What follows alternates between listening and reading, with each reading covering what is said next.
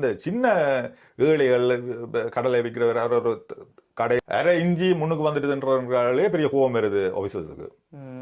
ஆனா இதை விட பெரிய பின்பக்கமா இப்ப பாத்தீங்கன்னா சேலம் பிரியாணியோ அப்படியான நடந்து இருக்கிற காலத்துல போராட்டத்துக்கு 100 வீதமா தங்களை உயிரை கொடுக்குற மாதிரி புலம்பெயர் தேசங்கள்ல ஆதரவு அளிச்சவர்கள் போராட்டம் முடிஞ்ச அந்த 2009ஆம் ஆண்டு அந்த அடுத்த மாதமே கொழும்பு பகுதியில் அப்படியே நிரம்பி வளைஞ்சார்கள். அதில் என்னுடைய சில நண்பர்கள் உறவினர்கள் இருக்கிறார்கள். நான் அவர்களை பார்த்து தியச்சே போனேன். ஏனென்றால் அவர்கள் இங்கே அவர்கள் காட்டின முகம் உண்டு. பிறகு அந்த 2009ஆம் ஆண்டுக்கு பிறகு திடீரென்று அவர்கள் கொழும்புல போய் அவர்கள் கொழும்புல இவ்வளவு சந்தோஷமா பெண் வந்து திருமணமாகி பூந்த வீட்டுக்கு போறார். பூந்த வீட்டுக்கு போனா அந்த பெண் வந்து 100% ஃப்ரீயா இருப்பான் எனக்கு தெரியல. ஆனா அந்த பெண் திரும்ப தாய் வீட்டை போய் அந்த பெண்ணுக்கு ஒரு வீரம் கொண்டு வந்துடும். ஆமா, அங்க கம்ப்ளைண்ட் கொடுத்தபடியா அவர்கள் நடத்தின விசாரணையில இவர்கள் கூட விலகி வைக்கிறத ஆதாரபூர்வமா கண்டுபிடிச்சிருக்காரு. நினைக்கிறேன் அவர்களோட ஆபீசர்ஸ் வந்து 6 வருஷத்துல வந்து இந்த கடையில இந்த வெஜிடேரியன் ரெஸ்டாரண்ட்ல தண்ணி பொது பண்ணி. வணக்கம் நண்பர்களே, மீண்டும் ஒரு நல்லூர் வீடியோ. இந்த சமயத்துல நல்லூர் வீடியோல மதம் சம்பந்தமா நான் எதையுமே கதைக்க வரையில்லை. என்னென்றால் சைவ சமயத்தை பற்றி நல்ல மாதிரி ஒரு வீடியோ சொல்லி போட்டுறேன். நிறைய விமர்சனங்கள் அந்த வீடியோவில் கமெண்ட்ஸில் வந்தது. ஆனால் இன்றைக்கு நான் அதை பற்றி கதைக்க வரையில்லை. ஏனென்றால் அது ஒரு சென்சிட்டிவான சப்ஜெக்ட். அந்த சென்சிட்டிவான சப்ஜெக்டை கதைச்சால் நிறைய கான்ட்ரோவர்சி வந்துடும். என்னென்ன கதைக்க போகிறோம்னா, நல்லூர் பகுதியில் ஒரு வெஜிடேரியன் ரெஸ்டாரண்ட் உண்டு. தண்ணீர் போத்தில் அதிக விலைக்கு விற்று கொண்டு வந்திருக்கு. அதுவும் மிக பிரபல்யமான ரெஸ்டாரண்டா நல்லூர் பகுதியில். அந்த ரெஸ்டாரண்ட்டுக்கு இன்றைக்கு யாழ்ப்பாண மேஜிஸ்ட்ரேட் நீதிபதி ஒரு சம்பவம் செய்து விட்டுருக்கார். ஏறக்குறைய 1 மில்லியன் அபராதம் விதிச்சிருக்கார். முதல் தண்ணீரை அதிக விலைக்கு வித்தது. அவை நல்ல ஒரு விஷயத்தை இன்றைக்கு மேஜிஸ்ட்ரேட் கோர்ட் ஒன்று செய்திருக்கு. இது சம்பந்தமா நீங்க என்ன நினைக்கிறீங்க? அவை இப்படியான கடைகள் செய்கிறது தவறு. நான் இப்படி ஒரு நியூஸ் முதலும் பார்த்து, நான் அதிக விலைக்கு யாழ்ப்பாணத்தில் கொழும்போடு இப்படியே அதிக விலைக்கு பொருட்களை விற்கணும்னு சொல்லி ஒரு கம்ப்ளைண்ட் இருந்து கொண்டு இருந்தது. அதை பார்த்தப்ப தண்ணியில் இப்போ கோர்ட் தீர்ப்பு வழங்கியிருக்கு. சாதாரண பெட்டி கடைகள் இப்போ கடலை விற்கிறவை அதெல்லாம் இப்படியான திருவிழா டைமில் விற்கிறவை அவைகள்கிட்ட இப்படியான ஃபைன்கள் எடுக்கலன்னு நினைக்கிறேன். அவைகளுக்கு கட்டுப்பாடுகளை குறைக்கலாம், தளர்த்தலாம். அவைக்கு டேக்ஸ் இந்த அவைகிட்ட எல்லாம் வாடகை கூட பண்ணுறதெல்லாம் தவிர்க்கலாம். இப்படியான கடைக்காரர் கொஞ்சம் நேர்மையான செயல்பட்டால் தவறு தான் செய்தது. தவறு அதில் மாட்டுக்கிறது இல்லை. அதுவும் ஒரு மிக பிரபலியமான ரெஸ்டாரண்ட்டுக்கு அவர்களுக்கு நிறைய லாபம் வந்து இருக்கும்னு நினைக்கிறேன். அப்படி இருந்து மெயின் இப்படி தண்ணி பொதுல கூட விலைக்கு வித்தார்கள் என்று தெரியல.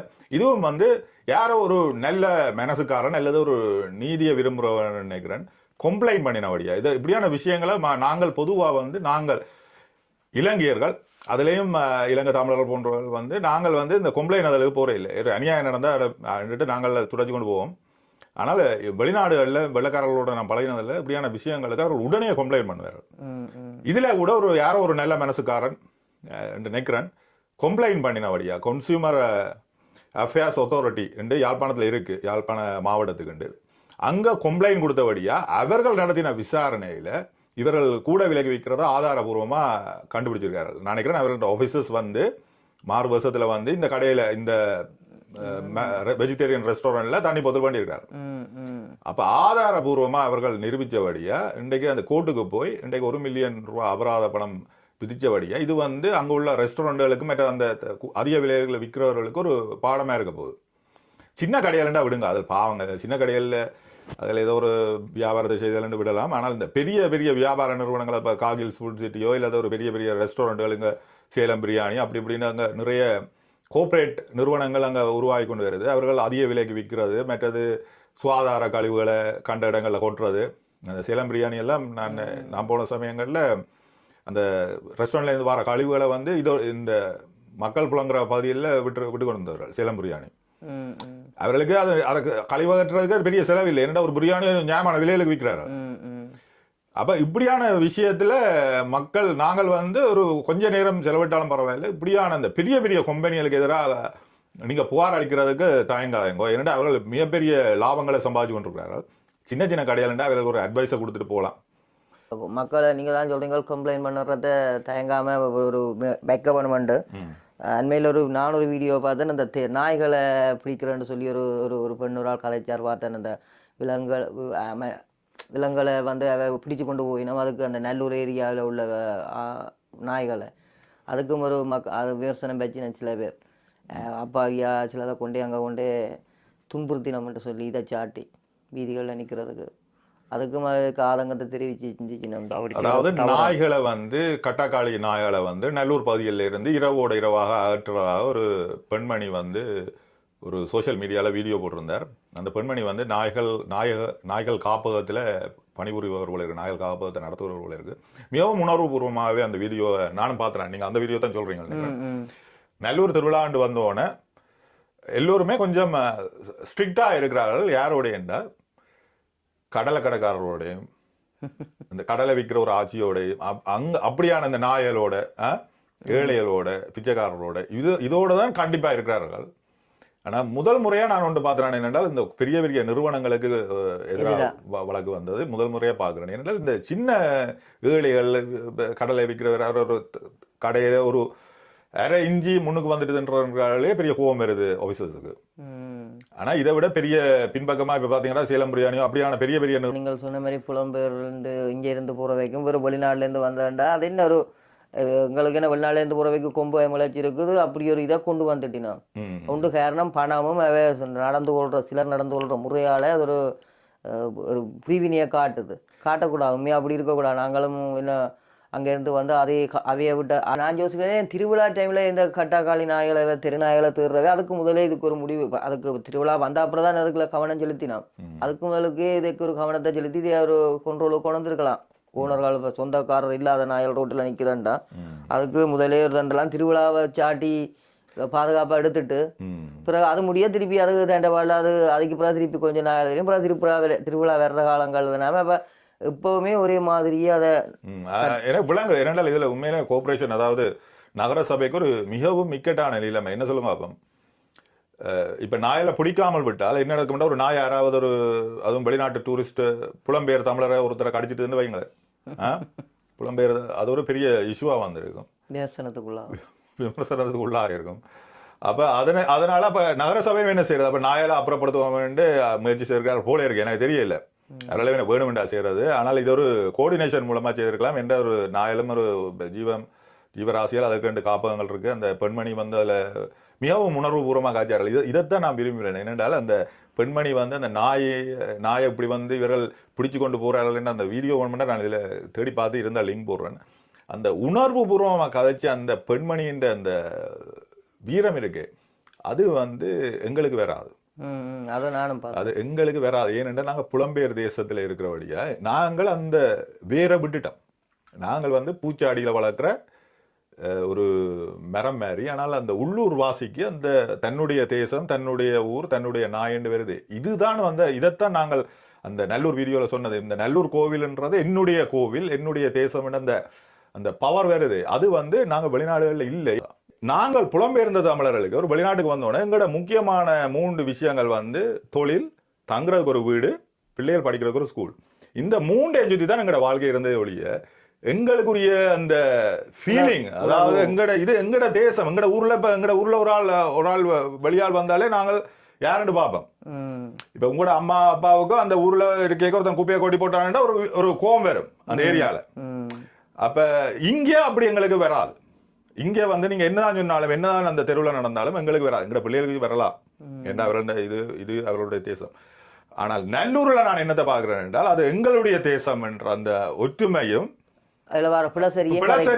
துணிஞ்சு கதைக்கிறதுக்கு மக்கள் முன்னெடுக்கிற விஷயமும் உண்மையிலேயே ரசிக்கக்கூடிய இருக்கு. இங்க புலம்பெயர்ந்த தமிழர்கள் அப்படி எடுக்கிறேன்டா ஒரே விஷயத்துல எடுப்பார்கள். என்னடா ஈழத்துல நடக்கிற பிரச்சனைகளுக்கு இங்க போராட்டம் நடத்துவாரு.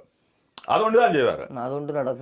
அது ஒன்று நடத்துவார்களே ஒழிய இது வந்து எங்கட அதாவது எங்கட முக்கியமான 3 விஷயங்கள் தொழில், தங்குற இடம், பிள்ளைகள் கல்வி வைக்க பாடசாலை. இந்த 3 சுற்றி தான் எங்களோட வாழ்க்கை போனதே ஒழிய இடையில மானை தேனை பொன்மானைன்ற மாதிரி கோவில் திருவிழாக்கள் இங்கே நடக்கும். ஆனால் எங்களுக்கு தெரியும் இது எங்களுடைய கோவில், இது சும்மா இருக்கு, நாங்கள் போகிறோம் பாரம் ஒழிய நல்லூர் செல்லச்சன்னதி இப்படியான கோவில், மரதரியான இப்படியான கோவிலில் தான் உண்மையான உணர்வுபூர்வமான விஷயம் இருக்கும். அதால உங்களுக்கு ஒரு ஸ்ட்ராங்னஸ் ஒரு எழுச்சி ஒன்று இருக்கும்.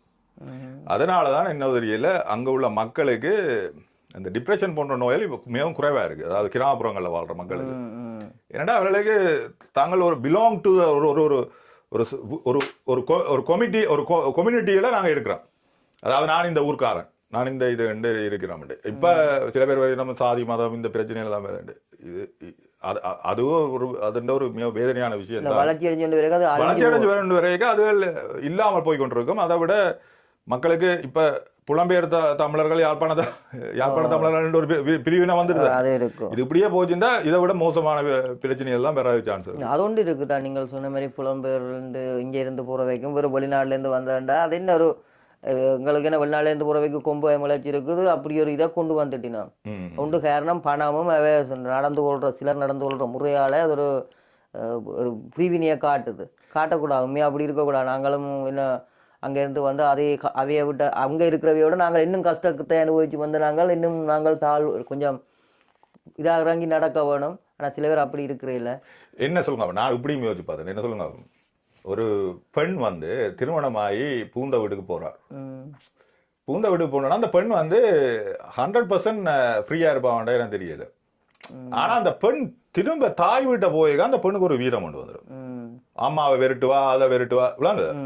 நான் கவனிச்சு பாத்துக்கிறோம். நாங்க நீங்களே ஊருக்கு போனா உங்களுக்கு ஒரு ஒரு உங்களோட அம்மாவோட ஒரு உரிமை. நானே ஊருக்கு போனேன்டா இந்த அம்மாவோட அல்லது இந்த சித்தப்பாவோட ஒரு உரிமை, கோவிக்கிறதுக்கு ஒரு ஆள் அப்படி தான் புலம்பெயர் தமிழர்கள் யாழ்ப்பாணத்தில் நடந்து கொள்றார்கள் நான் யோசிக்கிறேன். ஏனென்றால் அவர்கள் வெளிநாடுகள்ல அப்படி நடந்து கொள்றே இல்லை. அதுவும் வெளிநாடுகள்ல வேற இன மக்களோட அவர்கள் அப்படி நடந்து கொள்றே இல்லை. இல்ல ஒரு நல்ல ஒரு ஆக்கலண்ட ஒரு பேர் இருக்கு. சிலங்க நாக்கள் வந்து சோழிக்கு போவாய் ஆரம்பத்துல சும்மா சின்ன சின்ன சண்டைகள் வந்தாலும் அதுகளெல்லாம் தமிழர் வந்தது ஒழிய தமிழருக்கும் இன்னொரு இனத்துக்கும் வந்ததுன்னு நான் கேள்விப்பட்டேன். அப்படி வந்ததே சரியான குறைவு. எங்கடைய ஆக்களுக்கு தான் அடிச்சு கொள்வாங்க. அப்ப நான் என்னடா இப்ப புலம்பெயர் தமிழர்கள் போய் அங்க அட்டாசம் பண்றார்கள் நீங்க பலர் குறை சொல்றார்கள். அதாவது அவர்களுடைய உடைநட பாவனைகளை பற்றியும் ஒரு சிலரும் அவர்கள் நடந்து கொள்ற விதமும் ஒரு அக்ரெசிவா இருக்கு.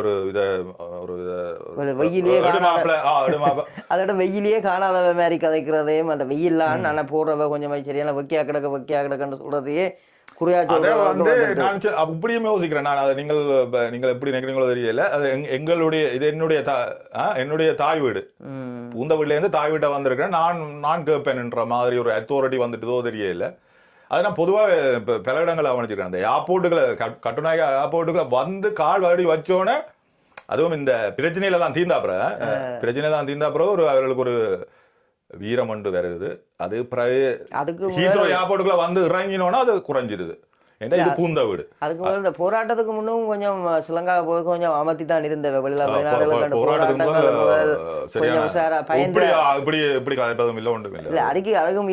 போராட்டங்களும் இல்லாம அது அழிஞ்சது. பிறகு இன்னும் உஷார் வந்த மாதிரி தான் கொஞ்சம் ஃப்ரீடம் வந்த மாதிரி தான். முந்தியொரு இன்னும் இருந்தாலும் இங்கே போய் போய் அங்கே ஒன்றும் பெருசாக தேவையில்லாம இது கதைக்கல. அது பந்தா காட்டையில அது இப்போ இந்த வான வேடிக்கை வெடி கோயில் இப்படியெல்லாம் திருவிழா இந்த அளவு பிரமாண்டமா செய்திருக்காயினம் செய்யலாது. அதுக்கு இப்போ எல்லாம் அதுக்கெல்லாம் ஃப்ரீடம் வந்துடுது. அவைக்கு யாழ்ப்பாணம் இன்னும் ஃப்ரீடமா போயிட்டீங்க. அதான் அது உண்மை. அதாவது அவர்கள் ஒரு பக்கத்துல சோகம் மாதிரி தங்களை காட்டிக்கொண்டு மறுபக்கத்துல அவர்கள் மேக்சிமம் என்ஜாய்மெண்ட்டும் பண்ணி கொண்டிருக்காங்க. அப்ப எது உண்மை எது பொய் என்று எடுக்கலாம். ஏனென்றால் முக்கியமா நான் இதில் கவனிச்சது என்னென்றால் போராட்டம் நடந்து கொண்டிருக்கிற காலத்தில் போராட்டத்துக்கு 100% தங்களை உயிரை கொடுக்குற மாதிரி புலம்பெயர் தேசங்களில் ஆதரவு அளித்தவர்கள் போராட்டம் முடிஞ்ச அந்த 2009ஆம் ஆண்டு அந்த அடுத்த மாதமே கொழும்பு பகுதியில் அப்படியே நிரம்பி வளைஞ்சார்கள். அதில் என்னுடைய சில நண்பர்கள் உறவினர்கள் இருக்கிறார்கள். நான் அவர்களை பார்த்து தியச்சே போனேன். ஏனென்றால் அவர்கள் இங்கே அவர்கள் காட்டின முகம் உண்டு. பிறகு அந்த 2009ஆம் ஆண்டுக்கு பிறகு திடீரென்று அவர்கள் கொழும்புல போய் அவர்கள் கொழும்புல இவ்வளவு சந்தோஷமா இருக்கிற ஒரு கவலை கூட இல்லையாண்டு. ஏன்னா நீங்க காட்டின முகம் வேறே. அப்ப பிறகு பார்த்தால் கொழும்பு பகுதியில் அவர்கள் நிறைய வீடுகள் அதுகள் பிளாட்டுகள் வேண்டி விட்டார்கள். அப்ப எனக்கு நீங்களெல்லாம் அதான் நடிப்பா கோபால் என்ற மாதிரி இருந்துச்சு. என்னத்தை சொல்றதா நண்பர்களே, இதை பற்றி வேற ஒரு வீடியோல விவாதிப்போம். வேற நீங்க சொல்ல போறீங்களா? இல்ல, மீண்டும் ஒரு வீடியோல சந்திப்போம்.